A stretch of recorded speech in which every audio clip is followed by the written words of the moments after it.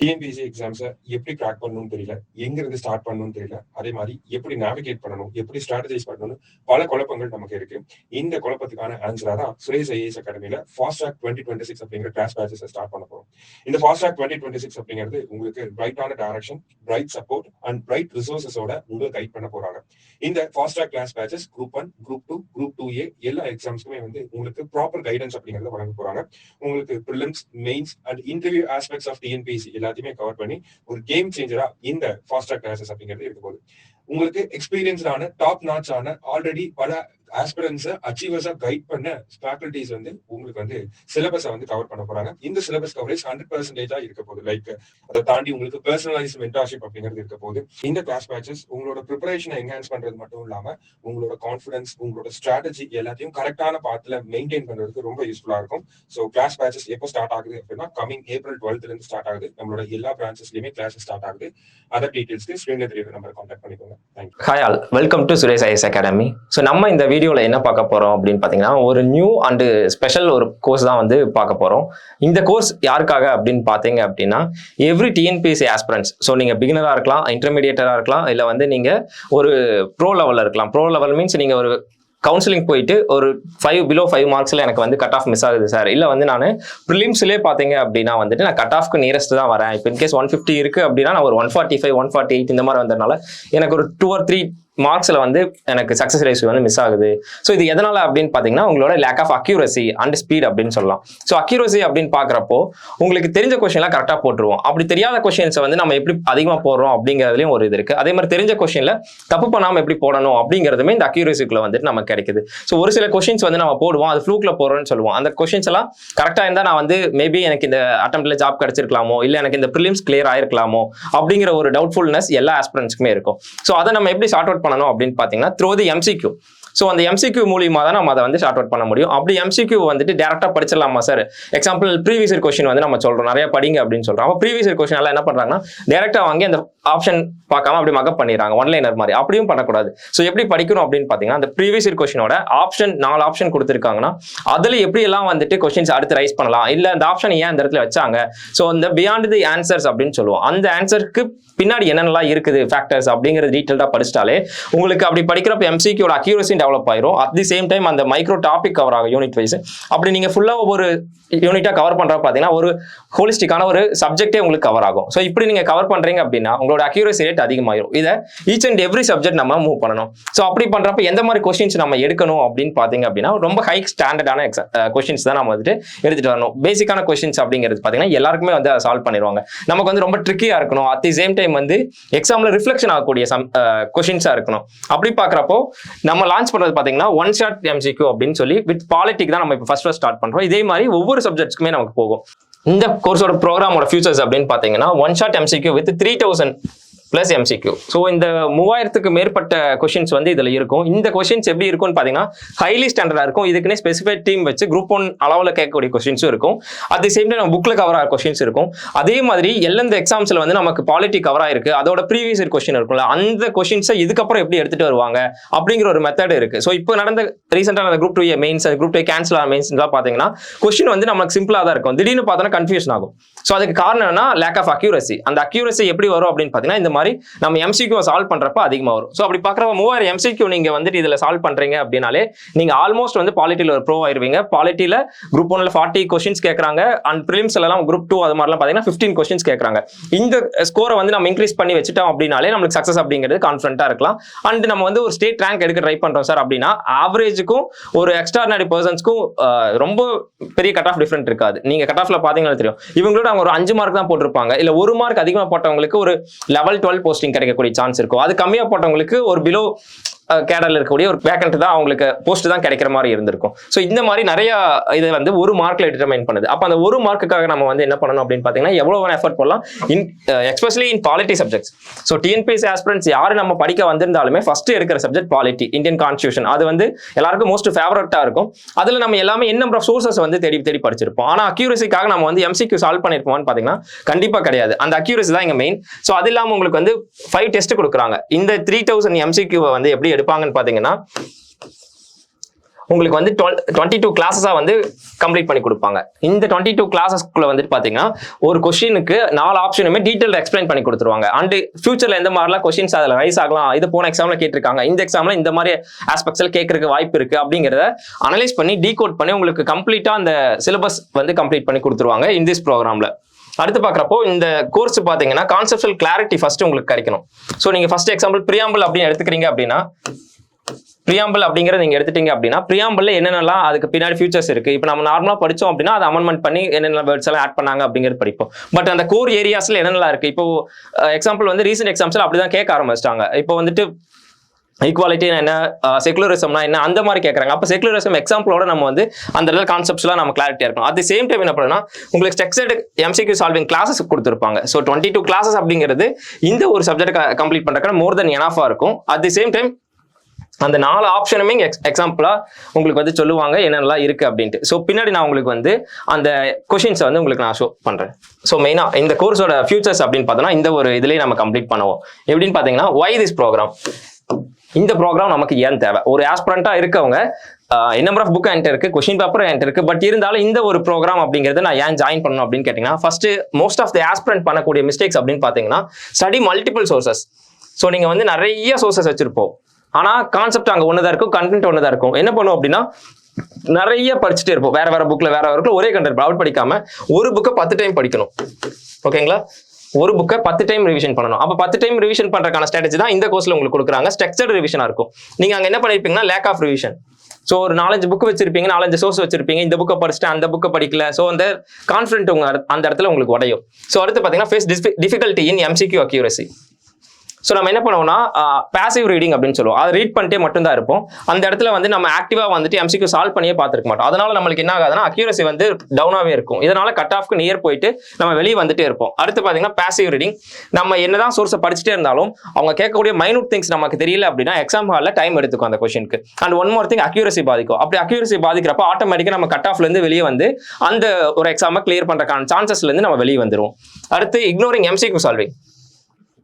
நான் படிச்சுட்டே இருக்கமே தவிர எம்சிக்யூ சால்வ் பண்ணவே மாட்டோம். எவ்வளோ டைம் படிச்சாலும் அந்த கண்டென்ட் தான் மைண்ட்ல இருக்கும். பட் அந்த கண்டென்ட்டை எப்படி வேற வேற ஆங்கிள் படிக்கிறது, ஒரு கொஸ்டின் செட்டர் வந்து எப்படி செட் பண்ணிருப்பாங்க அப்படின்னு படிக்கணும்னா நீங்க த்ரூ தி எம்சிக்யூ மூலியமா மட்டும்தான் அதை நம்ம வந்து ஃபுல்ஃபில் பண்ண முடியும். அடுத்து வந்து lack of concept clarity. Concept clarity அப்படிங்கிறது ரேண்டமா நீங்க வந்துட்டு பாசிவா ரீட் பண்ணிட்டே இருப்பீங்க. ஆனா கான்செப்ட் கிளாரிட்டி எப்போ வரும்னா ஒரு எம்சிக்யூல இதெல்லாம் மிஸ்டேக் வச்சிருக்காங்க, இதெல்லாம் வந்து பிளஸ் பாசிட்டிவா வச்சிருக்காங்க, அந்த ஆஸ்பெக்ட் நீங்க புரிஞ்சுக்கிட்டாங்களே ஒரு அக்யூரேட்டான கான்செப்ட் கிளாரிட்டி உங்களுக்கு கிடைச்சிரும். அடுத்து வந்து ப்ராப்பர் ரிவிஷன் ஸ்ட்ராட்டஜி இருக்காது. மெயினா ஸ்டூடெண்ட்ஸ் எல்லாம் என்ன பண்ணுவாங்கன்னா நிறைய படிச்சுட்டே இருப்பாங்க, அதுக்கு இந்த டைம்ல ஒரு 1 டே கழிச்சு படிக்கணுமா இல்ல அடுத்த நாள் படிக்கணுமா அப்படிங்கிறது தெரியாது. ஸோ அப்போ ரிவிஷன் அப்படிங்கிறது ஒரு இந்த இடத்துல ஒரு டிசைடிங் ஃபேக்டரா இருக்கு. அட் தி சேம் டைம் எக்ஸாமுக்கு முன்னாடி வித்தின் 1 வீக்ல வந்துட்டு நீங்க இதை ரிவிஷன் பண்ணணும் அப்படின்னா ரொம்ப கஷ்டம். ஸோ அப்போ வந்துட்டு நம்ம எம்சிக்யூ இருக்கிறப்ப பாத்தீங்கன்னா ஈஸியா கம்ப்ளீட் ஆயிரும். ஸோ அடுத்து வந்து யூசிங் மல்டிபிள் அன்ஸ்ட்ரக்சர்ட் சோர்சஸ், நம்ம ஃபர்ஸ்டே பார்த்த மாதிரி தான். ஸோ இந்த கோர்ஸ்ல என்ன ஸ்பெஷல் அப்படின்னு பாத்தீங்கன்னா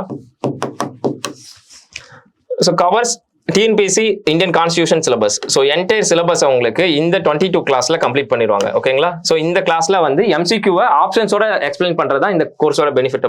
focus on accuracy, speed and retention. Main இந்த திங் தான். ஸோ அக்யூரசி இன்க்ரீஸ் ஆகும், ஸ்பீட் இன்க்ரீஸ் ஆகும். ரிட்டன்ஷன் பவர் அப்படின்னு பாத்தீங்கன்னா நீங்க படிக்கிறது எவ்வளவு மைண்ட் உங்க தக்க வச்சுக்குது அப்படிங்கிறது. ஸோ நிறைய நீங்க பேராகிராஃப் ரீட் பண்ணீங்கன்னா அதுல எது இம்பார்ட்டன்ட் எது நான் இம்பார்ட்டன்ட் அப்படிங்கிறது உங்க மைண்டுக்கு கிளாரிட்டியா கிடைக்காது. At the same time subconscious memory பவர்ல அது சேவ் ஆகாம இருக்கும். சோ இங்க பாத்தீங்க அப்படின்னா நீங்க படிக்கிறதே வந்து என்ன எக்ஸாம்ஸ்ல கேட்க போறாங்களோ எக்ஸாம் ஓரியன்டட் பாயிண்ட்ஸ் மட்டும் தான் உங்க மைண்ட்ல இருக்கும். அப்ப ரிட்டென்ஷன் பவர் அப்படிங்கிறது ஹையா இருக்கும். சோ அடுத்து வந்துட்டு இது யாருக்கெல்லாம் அப்படின்னு பாத்தீங்கன்னா TNPSC group 1 group 2 technical exam இந்த மாதிரி ப்ரிலிம்ஸ்ல பாலிட்டி சிலபஸ் ஃபுல்லாவே இருக்கும். அது வெயிட்டேஜ் அதிகம். சோ அந்த இதையும் கவர் பண்ணி கொடுத்துருவாங்க. அடுத்து வந்துட்டு used by toppers revision strategy. So இந்த ரிவிஷன் ஸ்ட்ராட்டஜி அப்படின்னு பாத்தீங்கன்னா இதை வந்து நிறைய டாப்பர்ஸ் வந்து அவங்க வந்து அப்ளை பண்ணி அதுக்கு மூலியமா சக்சஸ் ஆயிருப்பாங்க. சோ எக்ஸாம்பிள் ரீசெண்டா பாத்தீங்க அப்படின்னா நம்ம தமிழ்நாட்டில இருந்து இந்திய அளவுல யூபிஎஸ்சில வந்து 2ஆம் இடம் பிடிச்சிருப்பாங்க ஒரு மேடம். அவங்க பாத்தீங்கன்னா அவங்களோட இன்டர்வியூ ஃபுல்லா பாருங்க. அவங்க ஃபுல்லா இன்சஸ்ட் பண்றது என்ன அப்படின்னு பாத்தீங்கன்னா ப்ரீவியஸ் இயர் கொஸ்டின்ஸ் எடுத்துட்டு எம்சிக்யூ சால்விங் மெத்தட 4 ஆப்ஷனுமே எக்ஸ்பிளனேஷனோட அவங்க வந்து லேர்ன் பண்ணிருப்பாங்க. அவங்க சொல்லியிருப்பாங்க நான் இந்த யூபிஎஸ்சி கிராக் பண்றதுக்கு எனக்கு மெயின் ரீசன் இதுதான், இது இல்லாம தான் நான் இத்தனை வருஷமா வந்து லேகா இருந்தேன் அப்படின்னு சொல்லியிருப்பாங்க. ஸோ அவ்வளோ ஒரு ஆஸ்பிரண்ட்ஸ் அவ்வளோ ஒரு அச்சீவர்ஸ் வந்து இந்த மெத்தடை யூஸ் பண்ணியிருக்காங்க. இந்த மெத்தடை நம்ம யூஸ் பண்றதுனால நம்ம லைஃப்ல ஒரு கவர்மெண்ட் சர்வீஸை வாங்க முடியும் அப்படிங்கிறத நம்ம கான்ஃபிடென்ட்டா இருக்கலாம். அண்டு வந்துட்டு சிங்கிள் ஸ்ட்ரக்சர்ட் சோர்சஸ், நம்ம இருக்கிறதே இந்த கொஸ்டின்ஸ் மட்டும் தான். இந்த 3000 கொஸ்டின்ஸ்குள்ளேயே உங்களுக்கு எல்லா ஆஸ்பெக்ட்ஸ் ஆன இதுவும் கவர் ஆயிரும். அடுத்து வந்து சிஸ்டமேட்டிக் ரிவிஷன் ஸ்ட்ராட்டஜி. ஸோ இந்த ரிவிஷன் ஸ்ட்ராட்டஜி பார்க்குறப்போ நீங்கள் பிஃபோர் தி எக்ஸாம் ஒரு 1 வீக்ல ரிவிஷன் பண்ணணும், ஒரு 2 டேஸ்ல ரிவிஷன் பண்ணணும் அப்படின்னா இந்த வீடியோஸ் மோர் தென் எனஃப். நீங்கள் ஃபாஸ்ட்டாக இந்த வீடியோஸ் உங்களை பிரைன் ஸ்டார்மிங் பண்ணுறதுக்கு யூஸ்ஃபுல்லாக இருக்கும். ஸோ இந்த ஒரு கோர்ஸில் உங்களுக்கு என்னென்னலாம் இன்க்ளூட் ஆயிருக்கும் அப்படின்னு பார்த்தீங்கன்னா 3000+ ஹை ஸ்டாண்டர்ட் கொஸ்டின்ஸ் இருக்கும் உங்களுக்கு. அடுத்து 22+ structure concept class plus revision classes வந்து இதுக்குள்ள இன்க்ளூட் ஆகும். அடுத்து ஹார்ட் காப்பி ஆஃப் புக்கு உங்களுக்கு ப்ரொவைட் பண்ணிடுவாங்க.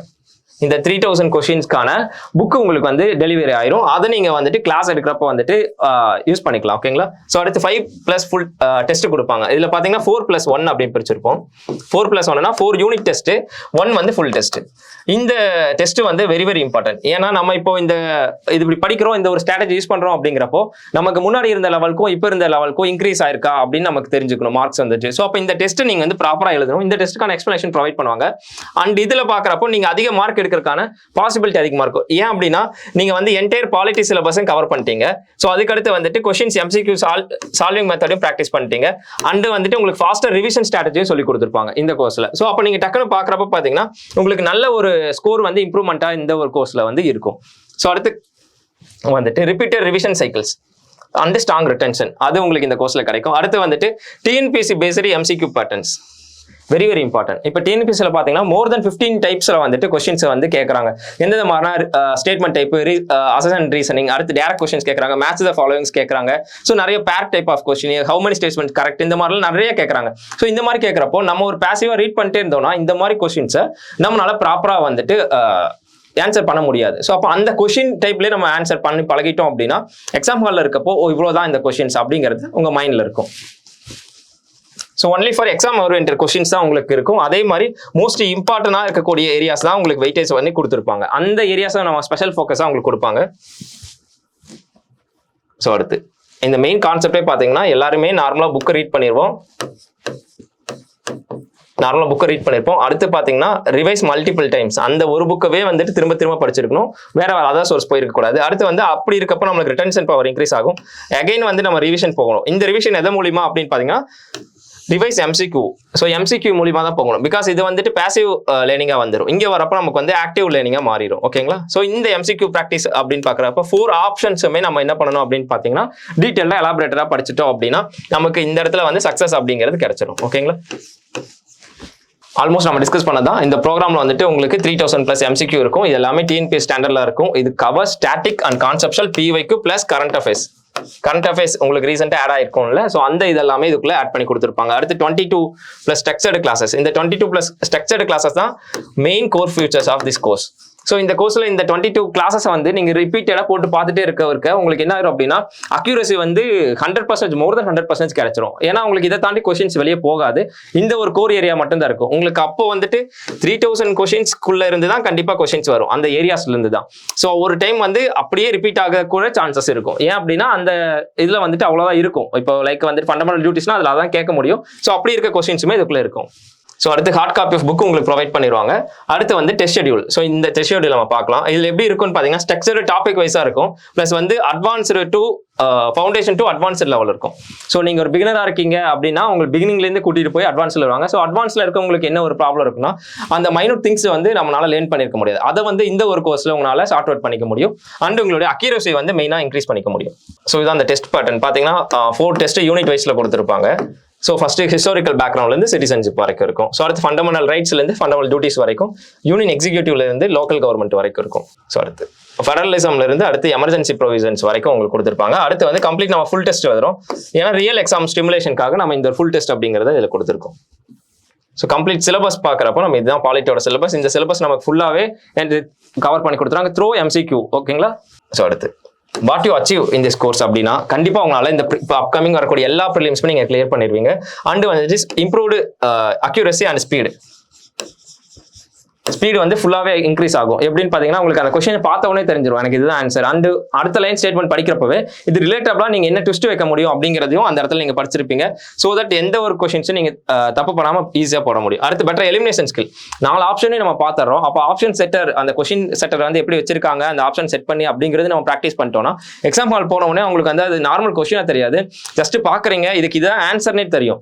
அண்ட் வந்துட்டு இதெல்லாம் வந்து நம்ம ட்ராப்குள்ள வச்சிருக்காங்க அப்படிங்கிற தெரியும். இந்த கோர்ஸ்ல உங்களுக்கு அந்த ட்ராப் எந்த இடத்துல வைக்கலாங்க அப்படிங்கிறதையும் சொல்லி கொடுத்துருவாங்க. எங்கெங்கெல்லாம் வச்சிருக்காங்க, எங்கெங்கெல்லாம் ஃபியூச்சர்ல வைக்க முடியும், இதெல்லாம் ஒரு ட்ராப் அப்படிங்கிறது. இப்போ லைக்கை வந்துட்டு இது வந்து கான்ஸ்டியூஷன்ல சொல்லியிருக்காங்களா இல்லையா, இதுக்கான டெஃபினிஷன் இருக்கா இல்லையா, ஸோ இந்த மாதிரி டிஃபரன்ஷியேட் இருக்கும். அது எல்லாமே இந்த ஒரு கிளாஸ்ல உங்களுக்கு டீட்டெயிலாக சொல்லிடுவாங்க.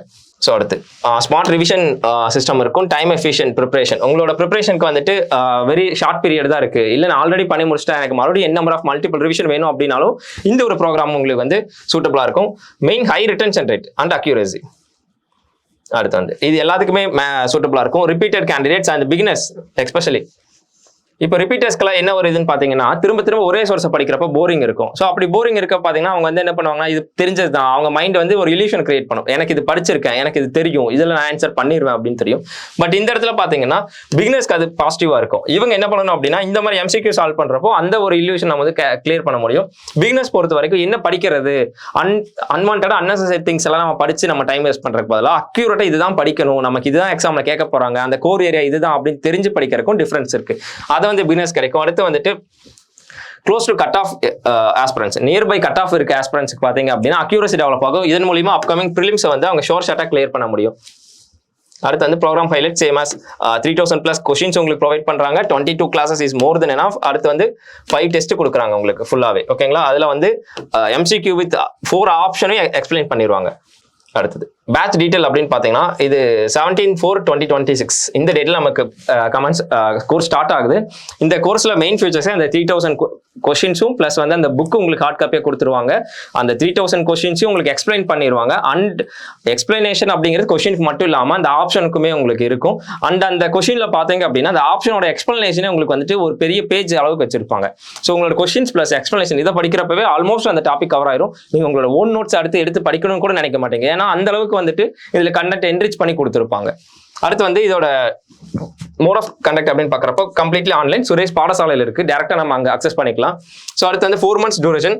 இந்த இதுக்கான கோர்ஸ் ஃபீஸ் அப்படின்னு பார்த்தீங்கன்னா 2500. ஸோ இவ்வளோ மினிமமான ஒரு காஸ்ட்ல ஒரு குவாலிட்டியான ஒரு கோர்ஸ் அப்படிங்கிற பார்க்குறப்போ அது அகாடமியிலேருந்து உங்களுக்காக ப்ரொவைட் பண்ணுறாங்க. பிகாஸ் இந்த ஒரு ஸ்ட்ராட்டஜி அப்படிங்கிறது பார்த்தீங்கன்னா நம்ம டிஎன்பிஎஸ்சியில் இருக்கவங்களுக்கு ரொம்பவே புதுசாக தெரியலாம். ஏன்னா இந்த கோர்ஸ் வந்து கொஞ்சம் டிஃப்ரெண்ட்டாக இருக்க மாதிரியே இருக்குது அப்படின்ட்டு. நீங்கள் ஜஸ்ட் அந்த யூபிஎஸ்சி அந்த வந்து டாப்பர்ஸ் இருப்பாங்கல்ல டிஎன்பிஎஸ்சி அவங்கள்ட்டெல்லாம் கேட்டு பார்த்தீங்க அப்படின்னா MCQ அதிகமாக சால்வ் பண்ணியிருப்பாங்க. Those who are clearing prelims கண்டினியூஸாக ப்ரிலிம்ஸ் கிளியர் பண்ணிட்டே இருக்காங்க. இல்லை இப்போ 2A மெயின்ஸில் பார்த்தீங்க அப்படின்னா நம்மளுக்கு MCQ பேட்டர்ன் தான் இருக்குது. அப்போ அந்த இடத்துல பார்க்குறப்ப நம்மளுக்கு வந்துட்டு வைடர் கான்செப்சுவல் கிளாரிட்டி தேவைப்பட்டாலும் MCQ சால்விங் கிளாரிட்டியும் அந்த இடத்துல தேவைப்படும். அதுதான் வந்து உங்களுக்கு இந்த கோர்ஸில் இந்த ஒரு அஃபோர்டபுள் ப்ரைஸில் கிடைக்கும். ஸோ அடுத்து வந்து கிளாஸ் ஷெட்யூல். ஸோ உங்களுக்கான ஃபர்ஸ்ட் கிளாஸ் வந்து பார்த்தீங்கன்னா ஹிஸ்டாரிக்கல் பேக்ரவுண்ட் இருக்கும், மேக்கிங் ஆஃப் தி கான்ஸ்டியூஷன் இருக்கும், பிரியாம்பிள் இருக்கும், salient features, union and territory, citizenship and fundamental rights. So இந்த மாதிரி உங்களுக்கு கிளாஸஸ் அப் டு 22 classes வந்து கொடுத்து ப்ரொவைட் பண்ணுவாங்க. ஓகேங்களா, ஸோ இப்போ வந்துட்டு நம்ம அந்த கொஸ்டின்ஸ் எப்படி இருக்கும் அப்படின்னு பார்ப்போம். ஸோ இதுதான் அந்த கொஸ்டின். ஸோ எக்ஸாம்பிள் பார்த்தீங்க அப்படின்னா கொஸ்டின்ஸ் பாருங்க. What is a not true relation to the charter act 1813 அப்படின்னு கேட்டிருக்காங்க. ஸோ இந்த ஸ்டேட்மெண்ட்ல எது வந்து இந்த சார்ட்டர் ஆக்ட் 1813க்கு ரிலேட்டபிளா இல்லை அப்படின்னு கேட்கறாங்க. ஸோ எக்ஸாம்பிள் ஆன்சர் பார்க்குறப்ப பார்த்தீங்கன்னா இச்சட்டம் கிழக்கிந்திய கம்பெனியின் தேநீர் வர்த்தகம் உள்ளிட்ட வர்த்தக ஏகபோகத்தை ரத்து செய்தது. ஸோ இது வந்து நார்மலாகவே நமக்கு வந்து ஒரு வெயிட்டேஜான ஒரு ஏரியா இந்த ஒரு ஆக்ட் அப்படின்னு பார்க்குறப்போ இதுல வந்து நிறைய ப்ரொவிஷன்ஸ் வந்து நம்ம இந்தியன் இதுக்காக பண்ணியிருப்பாங்க. ஸோ அதுல இந்த ஆன்சர் அப்படின்னு பார்த்தோம்னா ஜஸ்ட் நம்ம என்ன பண்ணுவோம்னா நார்மலாக இதை மட்டும் படிச்சிடும். ஸோ அப்போ இதெல்லாம் என்ன, இந்த 4 ஆப்ஷன் நமக்கு மீதி இருக்க 3 ஆப்ஷன் ஏன் இங்க கொடுத்திருக்காங்க அப்படின்னு பார்த்தோம்னா அதுக்கான டீடைல் எக்ஸ்பிளனேஷன் பார்த்தீங்கன்னா இப்படி கொடுத்துருப்பாங்க. போத் பைலிங்குலா உங்களுக்கு இந்த இது வந்துடும். ஸோ இதில் பார்க்குறப்போ அதுக்கான ஆன்சர் ப்ளஸ் வந்து அந்த 4 ஆப்ஷன் ஏன் இருக்கு அப்படிங்கிறதையும் மென்ஷன் பண்ணி கொடுத்துருப்பாங்க. சேம் as இதே பேட்டர்ல தான் உங்களுக்கு எல்லா கொஸ்டின்ஸுமே போகும். எக்ஸாம்பிள் பார்த்தீங்கன்னா இந்த ஒரு கொஸ்டின். ஸோ இந்த கொஸ்டின் பார்த்தீங்கன்னா நல்லா டீடைல்டு மேனர்ல இருக்கும். அதுக்கான சொல்யூஷனும் பார்த்தீங்க அப்படின்னா உங்களுக்கு ஃபுல்லாக டீட்டெயிலாக கொடுத்துருப்பாங்க. ஸோ இதை வந்து அவங்க எக்ஸ்பிளைனும் பண்ணிடுவாங்க கிளாஸில். அடிஷ்னலாக பார்த்தீங்க அப்படின்னா உங்களுக்கு புக்காகவும் ஹார்ட் காப்பியாக கையில் இருக்கும். ஸோ நீங்கள் அவங்க எக்ஸ்பிளைன் பண்ணுறப்ப எக்ஸ்ட்ரா ஃபேக்ட் ஏதாவது சொல்கிறாங்க அப்படின்னா நீங்கள் அதை நோட் பண்ணிக்கலாம். ஸோ எக்ஸாம்பிள் இந்த கொஸ்டின் பாருங்கள். ஸோ இந்த கொஸ்டின்ஸ் ஸோ நம்ம படிச்சிருப்போம். இந்திய அரசியலமைப்பில் முகவுரையில் நீதி, சுதந்திரம், சமத்துவம் மற்றும் சகோதரத்துவம் ஆகிய முறையே எத்தனை வகைகள் குறிப்பிடப்பட்டுள்ளன அப்படின்னு கேட்குறாங்க. ஸோ இப்படி ஒரு கொஸ்டின்ஸ் நம்ம கேட்குறாங்க அப்படின்னா நமக்கு அது என்னென்ன ஃபர்ஸ்ட் அண்டர்ஸ்டாண்டபிள் ஆகாது. ஏன் அப்படின்னா இதெல்லாம் நம்ம வந்து ஜஸ்ட் ஒரு சென்டென்ஸ் ஃப்ரேமிங் லைனாக தான் படிச்சிருப்போம். பட் இங்கே என்ன கேட்குறாங்கன்னு பார்த்தீங்கன்னா இதில் எத்தனை டைப்ஸ் இருக்கு அந்த ஒவ்வொரு இதுலையும் அப்படின்னு கேட்குறாங்க. இப்போ எக்ஸாம்பிள் பார்த்தீங்க அப்படின்னா நீதி அப்படின்னா சமூக பொருளாதார மற்றும் அரசியல், சோஷியோ எக்கனாமிக் அண்ட் பொலிட்டிக்கல் இருக்கு. ஸோ லிபர்ட்டி அப்படின்னு பார்க்குறப்போ thought, expression, belief, faith and worship. So இத்தனை மாதிரி டைப்ஸ் வந்து ஒவ்வொரு வெரைட்டியா இருக்கு. ஸோ இந்த கொஸ்டின்ஸை வந்து கேட்கறாங்க. ஸோ அப்போ பார்க்குறப்போ நீதியில வந்துட்டு நமக்கு 3 தான் இருக்கு. ஸோ அப்படிங்கிறப்ப இது ஆப்ஷன்ல 3 அப்படிங்கிறது 1ல தான் இருக்கு. ஸோ அப்போ நமக்கு இது மட்டும் தெரிஞ்சிருந்தாலே ஆன்சர் போட்டிருக்கலாம். இதுக்கு நமக்கு வந்து டைம் டேக்கன் அப்படிங்கிறது இருந்திருக்காது. நம்ம ப்ராக்டிஸ் பண்ணியிருந்தால் மட்டும். இல்லை அப்படின்னா ஒரு எக்ஸாம் ஹாலில் தான் இந்த கொஸ்டின்ஸ் நீங்க பாக்குறீங்க அப்படின்னா உங்களுக்கு அந்த இடத்துல ரொம்பவே கன்ஃபியூஸ்டா இருக்கும். இதை எப்படி நம்ம சால்வ் பண்ண போறோம் அப்படின்னு சொல்லிட்டு. ஸோ இந்த மாதிரி பேட்டர்ல உங்களுக்கு கொஸ்டின்ஸ் ஃபாலோ ஆகும் ஃபுல்லாவே. அண்ட் ஃபைனலி இந்த ஒரு கோர்ஸில் பார்த்தீங்க அப்படின்னா உங்களுக்கு வந்துட்டு 3000+ MCQ அதை வந்து 22 கிளாஸஸாக வந்து எடுத்து கொடுத்துருவாங்க. அண்டு வந்துட்டு பார்த்தீங்க அப்படின்னா அந்த 3000 MCQவும் ஒரு கம்பைல்டு புக்காக வந்துட்டு உங்கள் கையில் ஹார்ட் காப்பியாக கொடுத்துருவாங்க. அந்த ஹார்ட் காப்பியாக நீங்கள் புக்கை வச்சுட்டு உங்கள் கிளாஸஸ் வந்து நீங்கள் அட்டன் பண்ணிக்கலாம் ஆன்லைனில். அண்டு வந்துட்டு உங்களுக்கு 5 டெஸ்ட் வந்து ப்ரொவைட் பண்ணுவாங்க. நீங்கள் படிக்கவே இன்பிட்வீனில் வந்துட்டு ஒரு செட் ஆஃப் இது முடிஞ்சதுக்கப்புறம் உங்களுக்கு சிலபஸ் முடிஞ்சதுக்கப்புறம் உங்களுக்கான டெஸ்ட்டும் கொடுப்பாங்க. ஸோ ஸ்டூடெண்ட்ஸ் இதை வந்து கரெக்டாக ப்ராப்பரான முறையில் யூஸ் பண்ணிங்கன்னா அப்கமிங் எக்ஸாம்ஸை வந்து ஈஸியாக ஃபர்ஸ்ட் அட்டெம்ப்ட்ல கூட நீங்கள் வந்து கிளியர் பண்ணலாம். தேங்க்யூ. சுரேஷ் IAS அகாடமி, வெற்றியின் முகவரி.